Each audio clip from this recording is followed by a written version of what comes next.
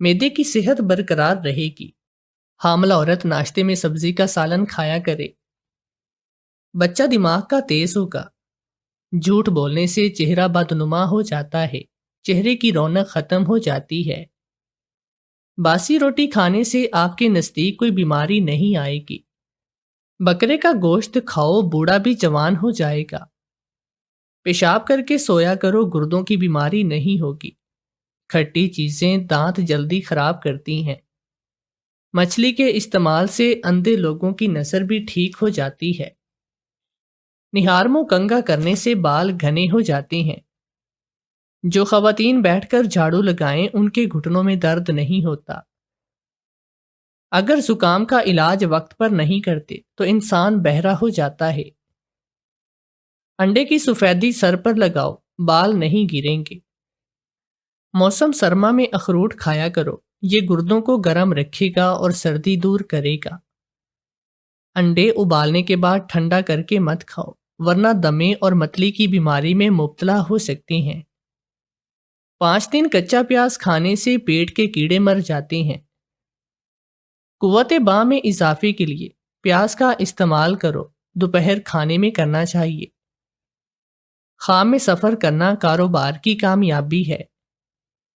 پاؤں کی خوبصورتی کے لیے دودھ کی بلائی میں سرکہ ملا کر کھاؤ۔ میری ایک نہیں بلکہ 2 مائیں تھی، ایک میری اپنی اور ایک میری بڑی بہن، جس نے مجھے اپنی ماں بن کر پالا تھا، کیونکہ جب میں پیدا ہوئی تو اس وقت وہ 10 سال کی تھی۔ ہم 7 بہنیں تھیں اور ہمارے بابا اس دنیا سے جا چکے تھے۔ انہوں نے بیٹے کی خواہش میں اتنی ساری بیٹیاں پیدا کر دی۔ میری بڑی بہن کی ابھی تک شادی بھی نہ ہوئی تھی اور میں بھی جوان ہو گئی۔ میری ماں ہماری شادیاں کروانا چاہتی تھی۔ جب میرے بابا اس دنیا سے گئے تو جاتے ہوئے انہوں نے ہماری 2 بہنوں کا رشتہ طے کر دیا تھا۔ بڑی بہن اور اس سے چھوٹی بہن کا ایک ہی گھر میں 2 بھائی تھے جن کے ساتھ بابا نے یہ رشتہ طے کیا تھا۔ میں نے کہا کہ چلو، بابا نے جاتے جاتے 2 بہنوں کا بوجھ تو ہٹا دیا، لیکن جب بابا اس دنیا سے چلے گئے اور اس کے کچھ دن کے بعد وہ لوگ آئے، انہوں نے مطالبہ کیا کہ آپ کے بابا نے ہمیں زبان دی تھی اور رشتہ پکا کیا تھا، اب وہ اس دنیا میں نہیں، تو ہم لوگ سادگی سے ہی بارات لے کر آتے ہیں تاکہ نکاح کی رسم ہو جائے۔ اس سے اچھا بھی اور کیا ہو سکتا تھا کہ سادگی سے نکاح ہو جاتا، نہ ہمیں کوئی دھوم دھام کرنا پڑتی۔ وہ بھی ہمارے حالات کا لحاظ کر لیتے اور ہم بھی ان کی سفید پوشی کا۔ لیکن میری ماں نے ایسی بات کہی کہ ہمارے قدموں سے زمین نکل گئی۔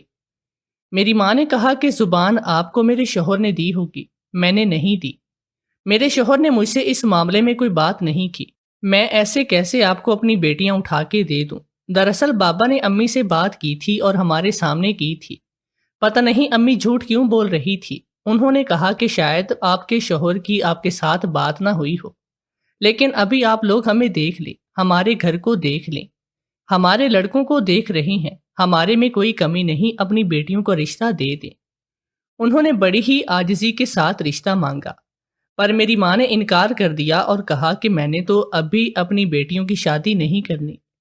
میری بیٹیوں کی عمر کم ہے، جبکہ میری بڑی بہن 32 سال کی ہو چکی تھی اور اس سے چھوٹی بہن 27 سال کی تھی۔ ایسے میں کون سی عمر کم تھی؟ یہ الگ بات ہے کہ وہ اتنی دبلی پتلی ہونے کی وجہ سے اتنی کم عمر نہیں لگتی تھی۔ وہ لوگ وہاں سے چلے گئے اور وہ کیا کر سکتے تھے؟ کوئی زور زبردستی یا تو نہیں کر سکتے تھے۔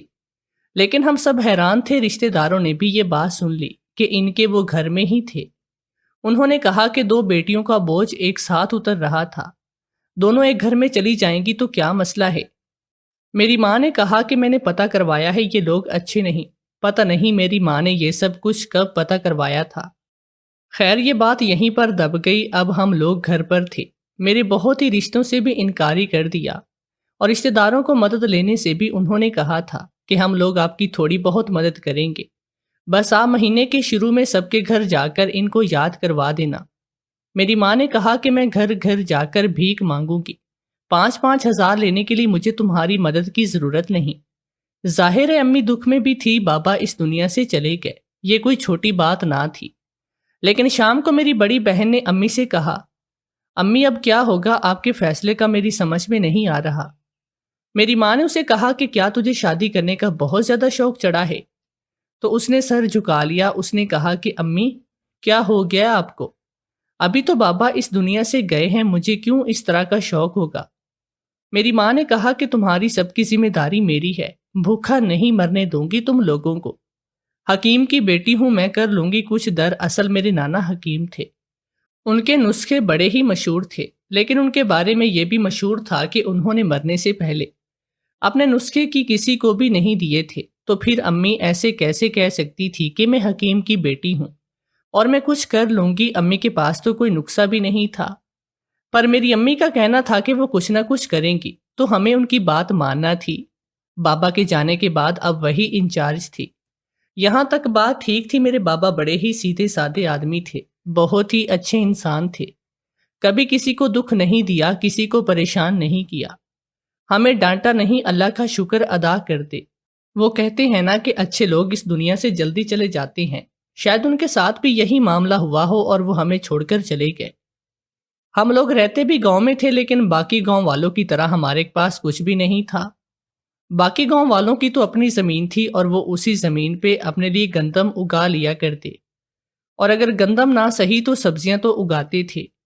انسان سبزی کھاتے بھی تو گزار سکتا ہے، آج کل تو سبزی بھی گوشت کے بھاؤ ملنے لگی ہے، پر ہمارے پاس ایسا کچھ بھی نہیں تھا، بس ایک گھر تھا جس کا آدھا حصہ ہم نے گروی رکھا ہوا تھا اور وہ لوگ کبھی بھی آ کر بیچ میں دیوار ڈال سکتے تھے۔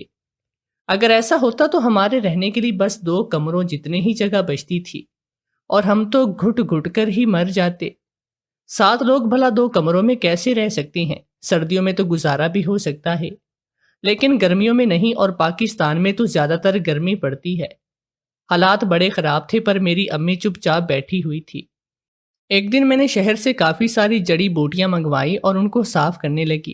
میں نے کہا کہ امی یہ کیا ہے؟ انہوں نے کہا کہ دیکھ نہیں رہی ہو، جڑی بوٹیاں ہیں، ان سے دوائی بناؤں گی اور اس کو بیچوں گی۔ یہ کام یہاں پہ چل سکتا تھا کیونکہ گاؤں کے لوگ ابھی بھی حکیموں پر زیادہ بھروسہ کرتے تھے، لیکن جڑی بوٹیاں بہت زیادہ مہنگی ہوتی ہیں، اور حکیمی دوائی کی قیمت ہمیشہ اس لیے زیادہ ہوتی ہے کہ جڑی بوٹی ہے بہت مشکل سے ملتی ہے، پر یہاں کے لوگ تو زیادہ پیسے نکالنے والے نہیں تھے۔ یہاں پہ ایک عجیب سی ڈسپینسری بنی ہوئی تھی جس میں ڈاکٹر کی جگہ ایک کمپاؤنڈر بیٹھا ہوا تھا، اور اسی سے جا کر 50 روپے کی دوائی لے آتے تھے۔ تو پھر حکیمی دوا کے پیسے کہاں سے نکالتے؟ میری ماں نے ان جڑی بوٹیوں سے ایک تیل بنایا، اس کو بیچنے کی بجائے۔ ایک دن وہ تیل لے آئی اور ہم سب کے کمرے میں آ گئے۔ ہمیں انہوں نے ایسی بات کہی کہ ہم حیران تھے۔ دراصل یہ بات انہوں نے میری باقی 6 بہنوں کو کہی تھی، مجھے نہیں، لیکن میں بھی سن رہی تھی۔ امی نے کہا یہ تیل مجھے تم سب کی ناف میں ڈالنا ہے۔ میری بڑی بہن نے کہا پر آپ نے تو یہ تیل بیچنے کے لیے بنایا تھا نا؟ تو میری ماں نے کہا ہاں، لیکن مجھے پہلے تم لوگوں پر ٹرائی کرنا ہے۔ میں نے کہا کہ امی یہ کیا بات ہوئی، آپ ہم پر تجربے کر رہی ہیں؟ ایسے کچھ اور ہو گیا تو میں نے یہ بات مذاق میں کی۔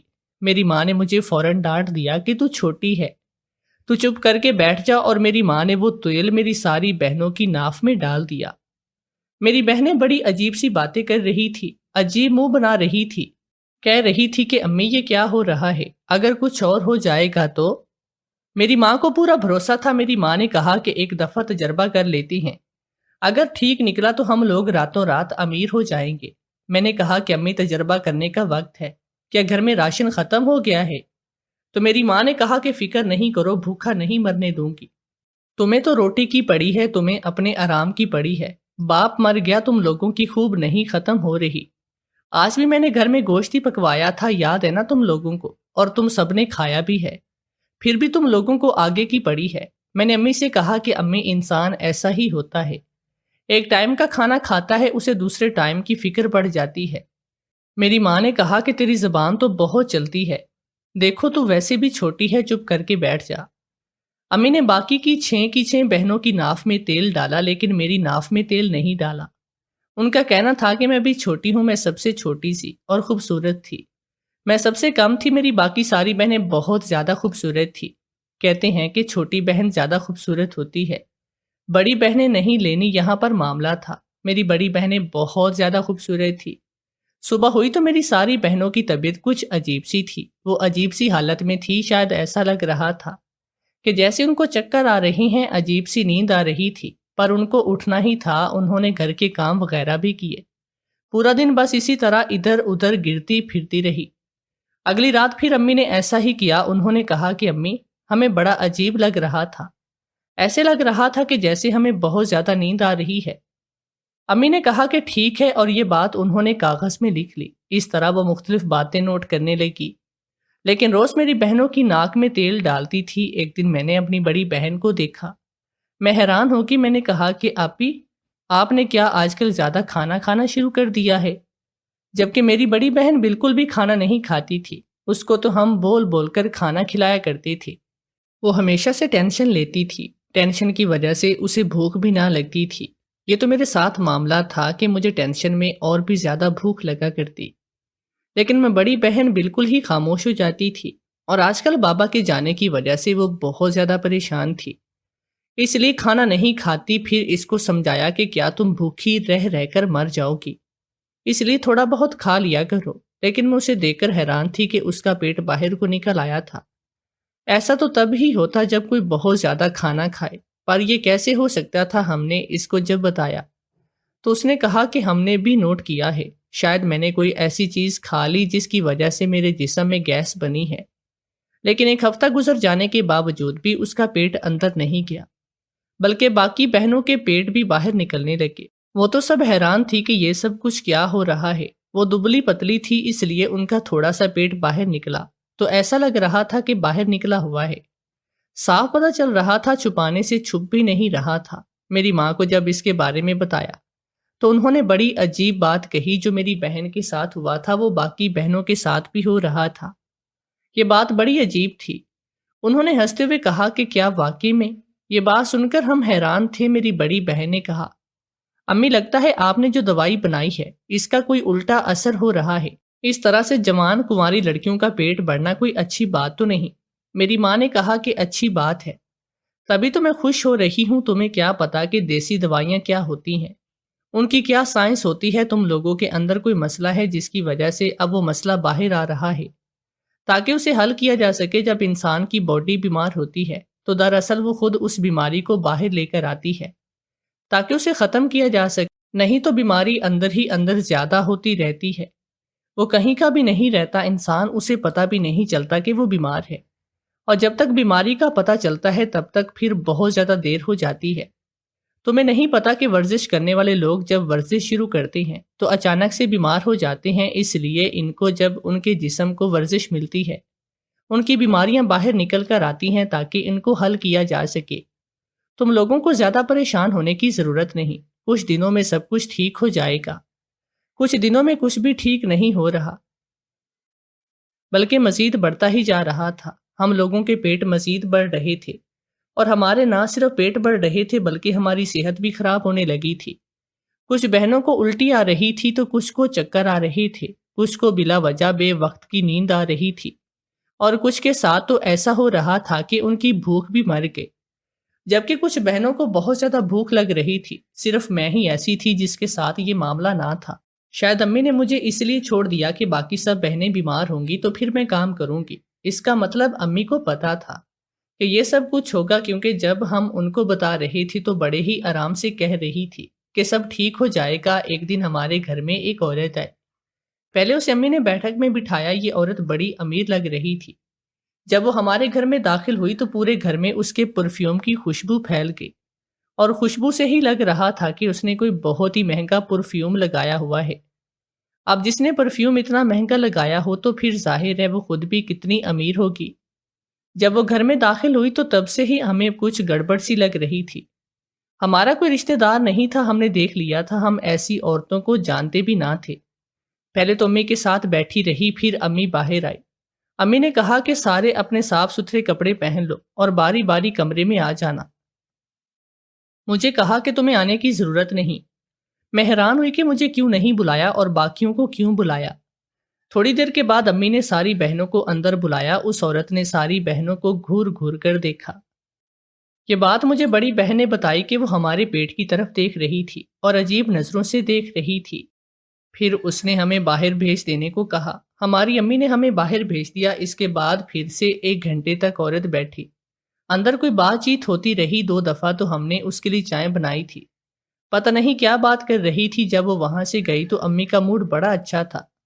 امی نے کہا کہ آج تو کھانا بنانے کا ٹائم ہی گزر گیا، چلو کوئی بات نہیں، آج میں تم لوگوں کو ہوٹل سے کھانا کھلاؤں گی۔ میں نے کہا کہ امی ہوٹل سے کھانا تو ہم لوگ سال میں ایک دفعہ کھاتے تھے، آپ کے پاس پیسے کہاں سے آئیں گے؟ انہوں نے کہا کہ پیسے نہیں ہوتے تو یہ تھوڑی کہتی کہ میں تم لوگوں کو ہوٹل سے کھانا کھلاؤں گی۔ تبھی تو کہہ رہی ہوں ہر بات پہ پیسہ پیسہ نہ کیا کرو، تم بھی اپنے باپ کی طرح، ان کے خاندان والوں کی طرح جو ایک ایک روپے کا حساب رکھتے تھے، ٹکے ٹکے پہ مرنے والے لوگ تھے۔ امی کو وہ تو بولی جلدی جلدی غصہ آتا، خیر ہم نے بہت اچھا کھانا کھایا۔ میری بہنوں کی طبیعت خراب تھی، وہ زیادہ نہیں کھایا پاتی تھی، ان کے پیٹ تو بڑے عجیب طریقے سے نکلے ہوئے تھے۔ ایک دن محلے سے ایک آنٹی آ گئی جن کو ہم اچھی طرح سے جانتے تھے، وہ ہمارے گھر پہلے بھی آتی جاتی تھی اور بڑی اچھی تھی، ہمارا خیال بھی کیا کرتی تھی، عید یا تہوار پہ کھانا وغیرہ بھی بھیجا کرتی تھی۔ انہوں نے میری دو بہنوں کو دیکھ لیا، انہوں نے کہا یہ کیا حال بنا رکھا ہے؟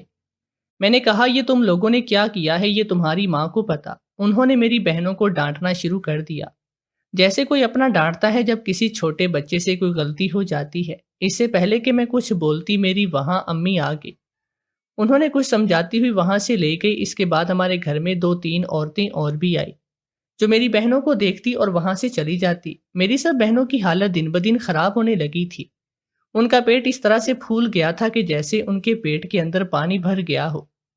اگر ان کے پیٹ میں پانی بھر گیا تھا تو یہ کوئی عام بات نہیں تھی، یہ تو بڑی بیماری تھی۔ میری خالہ تھی، ان کے پیٹ میں پانی بھر گیا تھا، وہ 3 مہینے تک ہسپتال میں تھی، اس کے بعد وہ ہسپتال میں ہی مر گئے۔ میری بہنوں کی شکل بھی عجیب سی ہو گئی۔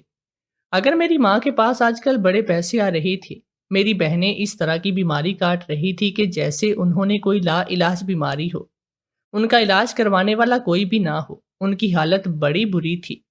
اب تو وہ ساری بستر پر پڑ گئی اور میں ان کی خدمت کرتی۔ امی تو اب ہم پر چلا چلا کر غصہ کرتی، اور امی یہ سب کچھ کیا ہو رہا ہے؟ وہ دوائی آپ ہماری ناف میں ڈالنا بند کریں۔ لیکن امی روز رات کو وہ دوائی ساری بہنوں کی ناف میں ڈالتی، منع کرنے پر بھی وہ منع نہ ہوتی۔ مجھ سے تو اپنی بہنوں کی یہ حالت دیکھی نہیں جا رہی تھی، مجھے تو ایسا لگ رہا تھا کہ جیسے یہ ساری مر جائیں گی اور اپنی آخری سانسیں لے رہی ہیں، اپنی زندگی کے آخری دن گزار رہی ہیں۔